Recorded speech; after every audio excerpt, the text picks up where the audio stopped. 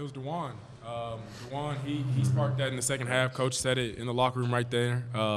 Just his defensive pressure kind of just rubbed off on everyone else. And then that's where we got that momentum from on the defensive end, and everything else, fell in place on the offense.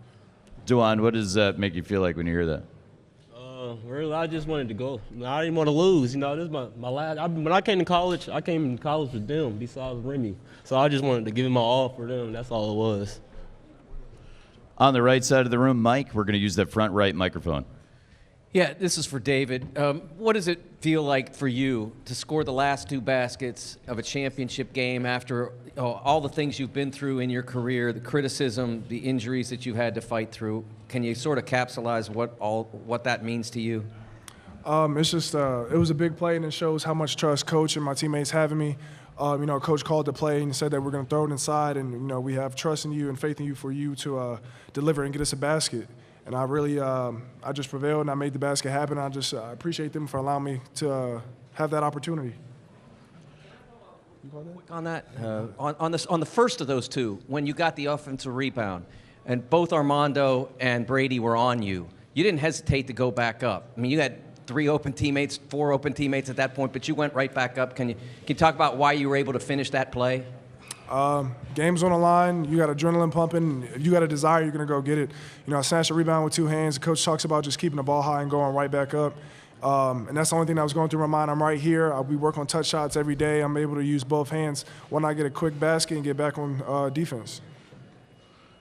Coach, let's ask you to give us a statement here, and then we'll get back into some questions. Is the trophy angle okay on the camera? There we go. Sorry. Hate to have you guys part with that so soon. But go ahead, Coach.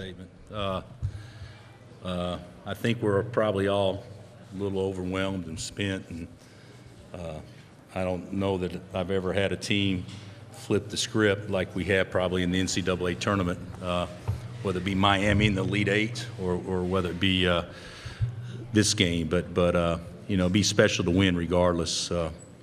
But to win when your team had to fight and come back the way they did and show that much grit makes this one off the charts. I thought this would be good, and this is a heck of a lot better than I thought it would be. We're going to take another question up front on the left. Zach. Yeah, Zach Boyer from the Lawrence Journal-World. Christian, I'm wondering for you, you had the assignment on Love there in the last 4 seconds, and he's taking that 3. What's going through your mind at that point? How do you defend him, and what do you see now when he misses the rim? Yeah, we were switching everything, and I switched on to him. We were trying to make him, obviously take it 2. And then it was just me and him one-on-one. I thought I got a pretty good hand up, and it looked short, from when he shot it. When I turned around, it was short. So, when it came off, it felt good. Back right of the room, Zach.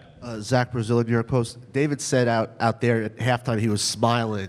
It was kind of like, just do what we do. But that kind of guys were looking at him weird that he was, despite the deficit, he was encouraged. What did you guys think of kind of his reaction to where you guys were at that point? Zach, you want to direct that to any of the guys? Go ahead. Ocha, you want to respond? What? I was going to say, go ahead. See, I look I directly for at sure CB. wasn't. Yeah. It was me, definitely. He was looking at me, and I'm like, why are you smiling, dude? Like, we're down 15. And he's telling me, like, man, like, keep your head up. Like, keep going. We'll be all right. We've been here before. And I'm like, man, I don't know if I ever been here before. Down 15 in the national championship game, I definitely never been there. So, man, but we're just proud of him. And, he kept us going and then obviously hit a really big shot. On the right side toward the front, Jeff. Jeff Borzello, ESPN. Bill, after the Miami comeback, you said your halftime speech was mostly, I told them we need to play better. Did you just kind of run that inspiration back today at halftime, or what did you say? There wasn't much inspiration. I did tell them before the half was over, I said, which would be harder, being down 9 with 2 minutes left or being down 15 with 20? And they all said being down 9 with 2 minutes left. I said, so we can do this, and because that's the way it was in 08. So, we got, what did we get, 3 or 4 stops in a row to start the half, and 15 went to 9 like that, and it was anybody's game. So it was pretty special how one triggered that start the second half. Third row on the left side.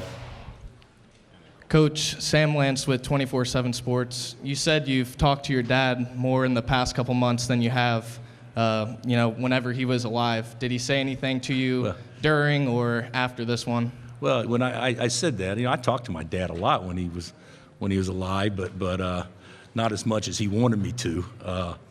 It was the thing about the way, and so many parents that are my age, grew up with families that lived through the Depression and the Dust Bowl and everything else, and so he always felt that nothing was ever given; everything had to be earned, and so I think he would be very proud of this team because he knows without question they earned what happened tonight. And you wanted to follow up, so let's keep that mic on. I also wanted to ask you about Ochai really fast. Is he the most accomplished player that you've ever coached, and maybe in Kansas basketball history? No, he's not in Kansas basketball history. I can't say that. I think Danny was pretty good too, but he's second. He's the most accomplished player that we have had at our university since Danny. I mean, to think that 4 years, win the national championship, win the league, win the Big 12 tournament, win the NCAA tournament, to be a most outstanding player.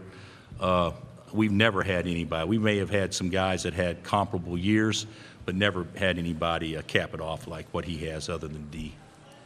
Up front, center, USA Today. Hey, Bill. Hey, Bill. Scott Gleason with USA Today.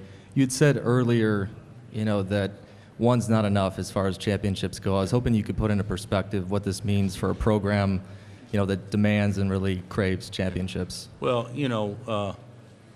these don't fall off trees. I mean, they're hard to get, and so, the first one we got, and it was great and everything, and we've knocked on the door since then, but haven't been able to punch the ticket, so to speak. So I think when there's an all-time winningest program, when just by a slim margin though, and when the inventor of the game was your first coach, and when the likes of Adolph Rupp comes from Kansas, and Dean Smith comes from Kansas, and Wilt Chamberlain comes from Kansas, the expectations are such where being good is okay, but it's not enough. And so nobody's ever put pressure on me, we got to win another one. But I think I put pressure on myself knowing that this place deserves more than what we've won. Do you want a sports network that delivers everything that matters about the game? The highlights, the picks, the instant analysis, no yelling, no fake debates, no politics. Hit the subscribe button and never miss a moment.